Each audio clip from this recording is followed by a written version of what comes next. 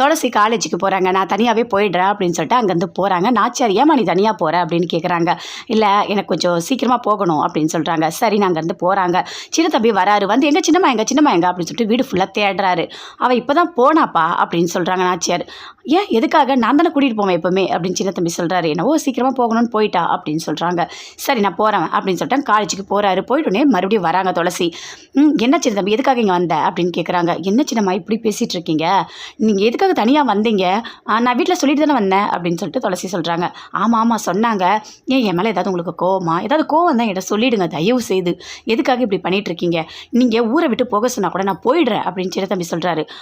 அதெல்லாம் ஒன்றும் இல்லை, எனக்கு எந்த கோவமும் இல்லையே அப்படின்னு துளசி சொல்கிறாங்க. அப்புறம் ஏன் சின்னம்மா என் கூட வரமாட்டீங்க? வாங்க ஏறுங்க காரில் போகலாம் அப்படின்னு சொல்கிறாரு. இல்லை சின்ன தம்பி நான் வரல, நானே வரேன் அப்படின்னு சொல்கிறாங்க. ஏன் சின்னம்மா இப்படி பண்ணிகிட்டு இருக்கீங்க? எதுவாக இருந்தாலும் மனசில் வச்சுக்காதீங்க சின்னம்மா, என் மேலே கோவம் இருக்கிறது எனக்கு நல்லாவே தெரியுது, அது எதுவாக இருந்தாலும் சொல்லுங்கள் நான் சரி பண்ணிக்கிறேன் அப்படின்னு சொல்லிட்டு சின்ன தம்பி சொல்கிறாரு. சரி நான் சொன்னால் கேட்பியா அப்படின்னு சொல்லிட்டு துளசி சொல்கிறாங்க. கேட்பேன் சின்னம்மா. இங்கே பாரு, அம்முவை நீ தேடுறத அதோட விட்டுரு, இனிமேல் நீ தேடவே கூடாது அப்படின்னு சொல்கிறாங்க. அதை கேட்டோன்னே அப்படி சின்ன தம்பி ஷாக் ஆகுறாரு. ஏன் சின்னம்மா திடீர்னு அம்முவை தேட வேணான்னு சொல்கிறீங்க?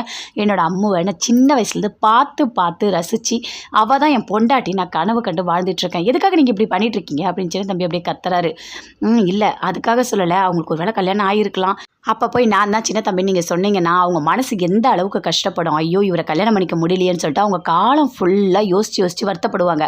அதனால தான் நான் வேண்டாம் தேட வேண்டாம்னு நான் சொல்கிறேன். இவ்வளோ நாள் அவங்க ஒன்றும் கல்யாணம் பண்ணாமல் இருக்க மாட்டாங்க, அவங்களுக்கு கல்யாணம் ஆகிட்டு இருக்கும் அப்படின்னு சொல்கிறாங்க. அதை கேட்டோன்னே எதுக்காக நீங்கள் இவ்வளோ ஒரு இதுவாக சொல்கிறீங்க கல்யாணம் ஆகிட்டு இருக்குன்னு சொல்லிட்டு? கண்டிப்பாக என்னோட அம்முக்கு கல்யாணம் ஆகிருக்காது அப்படின்னு சொல்கிறாரு. அதை கேட்டோன்னே அப்படியே துளசி ஒரு மாதிரி ஃபீல் பண்ணுறாங்க. மனசுக்குள்ளே இவ்வளோ பாசத்தை வச்சுருக்காரே, நான் சின்ன வயசில் ஏதோ சொன்னேன் உங்களை தான் நான் கல்யாணம் பண்ணிப்பேன்னு சொல்லிட்டு அதை இப்போ வரைக்கும் ஞாபகம் வச்சுட்டு என்னையே நினச்சிட்டு இருக்காரே, நான் பண்ண தப்பால பாவம் இவர் அப்படின்னு சொல்லிட்டு துளசி மனசுக்குள்ளே நினைக்கிறாங்க. என்ன சின்னம்மா நான் பேசிகிட்டே இருக்கேன், நீங்கள் அமைதியாக இருக்கீங்க? இல்லை அதுக்காக இல்லை, இனிமேல் அம்முவை தேட மாட்டேன்னு சொல்லுங்கள், கண்டிப்பாக நான் உங்ககிட்ட பேசுகிறேன் அப்படின்னு சொல்கிறாங்க. என்ன சின்னம்மா இப்படி கஷ்டப்படுத்துறீங்க? எது வேணால் நீங்கள் சொல்லுங்கள் நான் கேட்குறேன், ஆனால் என்னோடய அம்மாவை மட்டும் தேடாதுன்னு சொல்லவே சொல்லாதீங்க. நான் சாமிக்கிட்ட போயிட்டு என்ன தெரியுமா கேட்டேன், என்னோட அம்மா சீக்கிரமாக என் கண்ணில் காட்டு, அவள் தான் என்னோட உலகமே அப்படின்னு சொல்கிறாரு. அதை கேட்டோன்னே சரி வாங்க போகலாம் அப்படின்னு சொல்லிட்டு ரெண்டு பேருமே சேர்ந்து வீட்டுக்கு போகிறாங்க. போனோடனே துளசி ரொம்ப ஃபீல் பண்ணுறாங்க. பார்க்கவே ரொம்ப கஷ்டமாக இருக்கே, சின்ன தம்பி இவ்வளோ பாசம் வச்சுருக்காரு, சின்ன வயசுலேருந்து கனவு கண்டுட்டு இருக்காரு, இனிமே அவரை பார்க்க வேணான்னு சொன்னாலும் அவர் கேட்க மாட்டுறாரு அப்படின்னு சொல்லிட்டு அப்படி யோசிச்சுட்டு இருக்காங்க. கடவுளே, நான் தான் அந்த அம்முன்னு சின்ன தம்பிக்கு தெரியவே கூடாது, அதை மட்டும் நீ பார்த்துக்கோ அப்படின்னு சொல்கிறாங்க. சின்ன தம்பி யோசிக்கிறாரு. எதுக்காக அம்மு வந்து தேடக்கூடாதுன்னு சொல்கிறாங்க? ஒன்றுமே புரியலையே, சின்னம்மாக்கு என்ன ஆச்சு? நல்லா தானே இருந்தாங்க, அவங்களோட பர்த்டே ஃபங்க்ஷனுக்கு அப்புறம் தான் ஒரு மாதிரி பேச ஆரம்பிச்சிட்டாங்க அப்படின்னு சொல்லிட்டு அவரு ஒரு பக்கம் யோசிச்சுட்ருக்காரு.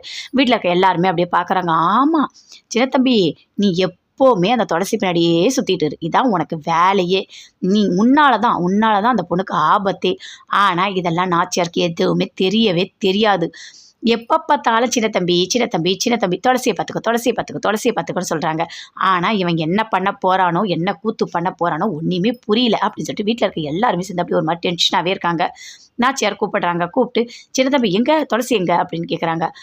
சின்னம்மா உள்ளதாக இருக்காங்க அப்படின்னு சொல்கிறாரு. அப்படியா, சரி நான் கூப்பிட்டேன்னு கூப்பிடு அப்படின்னு சொல்கிறாங்க. அதே மாதிரி போய் கூப்பிட்றாரு.